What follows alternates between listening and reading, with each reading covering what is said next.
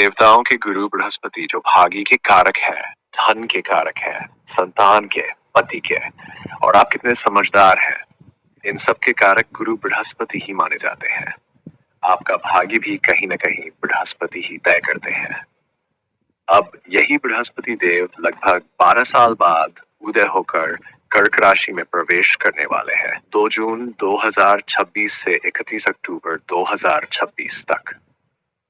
कन्या राशि वालों के लिए ये परिवर्तन आपके 11वें भाव में होने जा रहा है। ये वीडियो आपकी चंद्र राशि पर आधारित है। बृहस्पति देव आपके 10वें भाव से 11वें भाव में आ रहे हैं, वह भी उच्च होकर। 11वां भाव होता है डिजायर्स का, ड्रीम्स का, विश फुलफिलमेंट का, प्रॉफिट्स का, इनकम का, लाभ का, बड़े भाई बहनों का, सोशल सर्कल का और नेटवर्किंग का।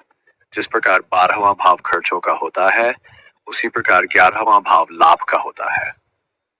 हमारी जितनी भी इच्छाएं, महत्वाकांक्षाएं और ख्वाहिशें होती है, उन्हें 11वें भाव से देखा जाता है। इसलिए बृहस्पति देव का 11वें भाव में आना अपने आप में एक बहुत शुभ परिवर्तन माना जाता है। विशेष रूप से तब जब बृहस्पति देव उच्च राशि में हो। इस समय आपको ऐसे अवसर मिल सकते हैं जिनकी प्रतीक्षा आप काफी समय से कर रहे थे। जो गाड़ी पहले रुक रुक कर चल रहे थे, उनमें भी गति देखने को मिलेगी। देवगुरु बृहस्पति आपकी कुंडली में चौथे भाव के स्वामी है और सप्तम भाव के स्वामी है। जब चौथे भाव का स्वामी आपके 11वें भाव में आएगा, तो इस गोचर में बृहस्पति देव आपकी इच्छाओं को पूरा करने का कार्य करेंगे। आपको सुख सुविधाओं में लाभ मिलेगा।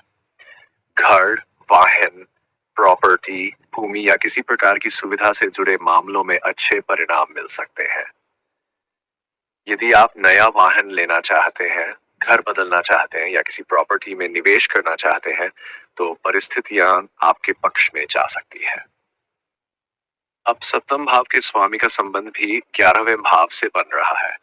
सप्तम भाव होता है विवाह का, वैवाहिक जीवन का, बिजनेस पार्टनरशिप का और लोगों के साथ हमारे संबंधों का। इसलिए विवाह को लेकर यह समय बहुत अच्छा रहेगा। जो लोग विवाह करना चाहते थे, उनके लिए विवाह के अच्छे योग बनेंगे।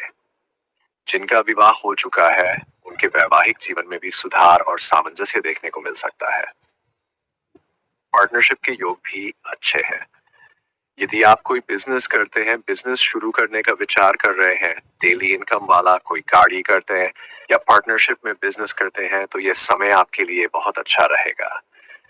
इस समय नए लोगों से संपर्क बढ़ेंगे और उन्हीं संपर्कों के माध्यम से आपको लाभ भी मिल सकता है। अब बात करें दृष्टियों की, तो देवगुरु बृहस्पति की 3 विशेष दृष्टियां भी होती है। कहा जाता है कि गुरु की दृष्टि में अमृत होता है। जहां भी उनकी दृष्टि पड़ती है, वहां शुभ फल मिलने की संभावना बढ़ जाती है। 11वें भाव से बृहस्पति देव की दृष्टि आपके तीसरे भाव, पंचम भाव और सप्तम भाव पर पड़ रही है। गुरुदेव की दृष्टि आपके तीसरे भाव पर पड़ेगी। तीसरा भाव होता है साहस का, हिम्मत का, पराक्रम का, हार्डवर्क का, कम्युनिकेशन का, डिजिटल प्लेटफॉर्म्स का, सोशल मीडिया का और ऑनलाइन कार्यों का। इसलिए जो लोग डिजिटल फील्ड में हैं, कंटेंट क्रिएशन करते हैं, ऑनलाइन बिजनेस करते हैं, मार्केटिंग करते हैं, ब्लॉगिंग, व्लॉगिंग या सोशल मीडिया से जुड़े हुए हैं, उनके लिए यह समय विशेष रूप से लाभकारी रहेगा। इस समय आपकी कम्युनिकेशन स्किल्स भी बेहतर हो सकती है। लोग आपकी बातों को अधिक महत्व देंगे। आपके अंदर आत्मविश्वास बढ़ेगा और आप अपने विचारों को पहले की अपेक्षा अधिक प्रभावशाली तरीके से प्रस्तुत कर पाएंगे। इसके साथ ही बृहस्पति देव की दूसरी दृष्टि आपके पंचम भाव पर भी पड़ रही है। पंचम भाव होता है संतान का, शिक्षा का, बुद्धि का, क्रिएटिविटी का और पूर्व पुण्यों का। जो लोग फैमिली प्लानिंग कर रहे हैं, उनके लिए यह समय शुभ संकेत दे रहा है। संतान प्राप्ति के योग बन सकते हैं। विद्यार्थियों के लिए भी यह समय बहुत अच्छा रहेगा, क्योंकि बृहस्पति देव स्वयं ज्ञान के कारक माने जाते हैं। यदि आप किसी कोर्स में एडमिशन लेना चाहते हैं, हायर स्टडीज के लिए बाहर जाना चाहते हैं, कॉम्पिटिटिव एग्जाम की तैयारी कर रहे हैं या किसी विशेष स्किल को सीखना चाहते हैं, तो यह समय आपके लिए अनुकूल रहेगा। आखिर में बृहस्पति देव की दृष्टि आपके सप्तम भाव पर भी पड़ रही है। जैसा कि पहले भी बताया गया, ये गोचर विवाह और वैवाहिक जीवन के लिए बहुत अच्छा रहेगा। बिजनेस पार्टनरशिप के लिए भी ये समय अनुकूल है। यदि आप किसी नए व्यक्ति के साथ मिलकर कोई कार्य शुरू करना चाहते हैं, तो उसके लिए भी अच्छे अवसर मिल सकते हैं। जिन लोगों के पास नौकरी नहीं है और जो नई नौकरी की तलाश कर रहे हैं, उन्हें नौकरी मिलने के अच्छे अवसर बन सकते हैं। जो लोग पहले से नौकरी कर रहे हैं, उनके लिए प्रमोशन, इंक्रीमेंट या नई जिम्मेदारियां मिलने के योग बन रहे हैं। यदि इस समय आपको कोई अच्छा ऑफर मिलता है, तो उस पर गंभीरता से विचार अवश्य करें। या कोई ऐसा अवसर मिल सकता है जिससे आपकी आर्थिक स्थिति और मजबूत हो जाए। इस समय जो उपाय आपको करने चाहिए वह है, प्रतिदिन हनुमान चालीसा का पाठ अवश्य करें।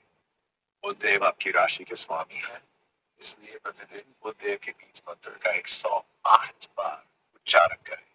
बुध बुधाय नमः। इसके अलावा गाय की सेवा करें।